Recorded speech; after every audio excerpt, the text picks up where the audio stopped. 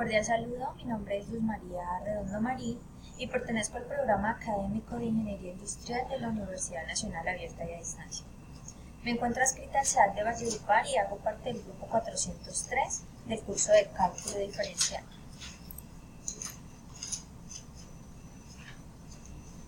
A continuación voy a explicar el desarrollo de los ejercicios número 1 y número 4 que me corresponden.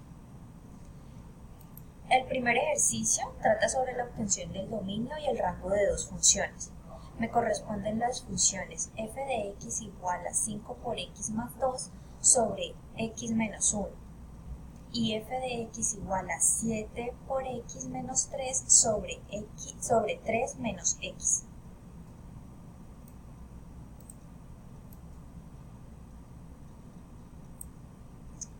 El dominio de una función es el conjunto de todos los posibles valores que puede tomar x. La primera función, como el denominador no puede ser 0, entonces x menos 1 debe ser diferente de 0. Despejamos x. Esto quiere decir que el dominio de una función es el conjunto de los x que pertenece a los reales excepto a 1. El rango de una función es el conjunto de todos los posibles valores que puede tomar y. Para obtener el rango se despeja x en términos de y, donde x es igual a y más 2 sobre y menos 5. Esto quiere decir que el rango abarcaría todos los números reales excepto aquellos que sean iguales a 5. El rango sería el conjunto de los reales excepto 5.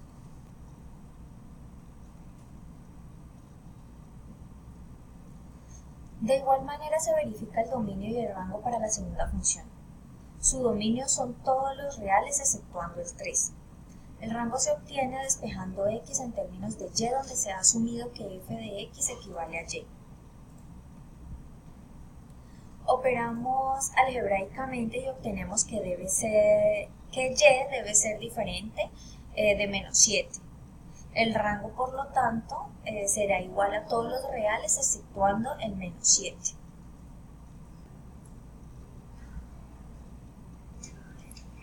El cuarto ejercicio trata sobre las progresiones aritméticas y geométricas. A cada estudiante le corresponde obtener la fórmula del enésimo término y la suma de los 10 primeros términos, tanto para la progresión aritmética como para la progresión geométrica dada. La primera parte trata sobre la progresión aritmética, en donde una secuencia se caracteriza por tener todos sus elementos separados, una diferencia común. Es decir, que el enésimo término equivale al primer término de la sucesión más el producto de la diferencia común por el término antecesor. De acuerdo con el ejercicio, el primer término equivale a 3. Mientras que la diferencia común equivale a 2, porque todos los términos de la progresión están separados en 2 unidades. Reemplazando los datos, encontramos que el enésimo término equivale a 2 por n más 1.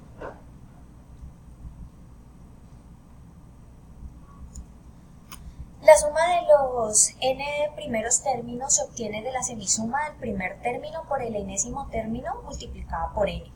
Al reemplazar n igual a 10, tenemos que la suma de los 10 primeros términos equivale a 5 por la suma de a sub 1 más a sub 10.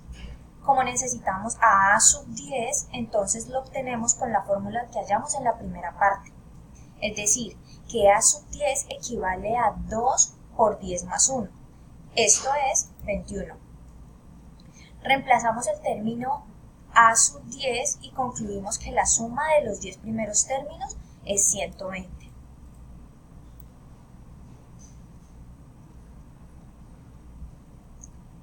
La segunda parte trata sobre la progresión geométrica. A diferencia de la progresión aritmética, la progresión geométrica se caracteriza por tener una razón común entre sus términos.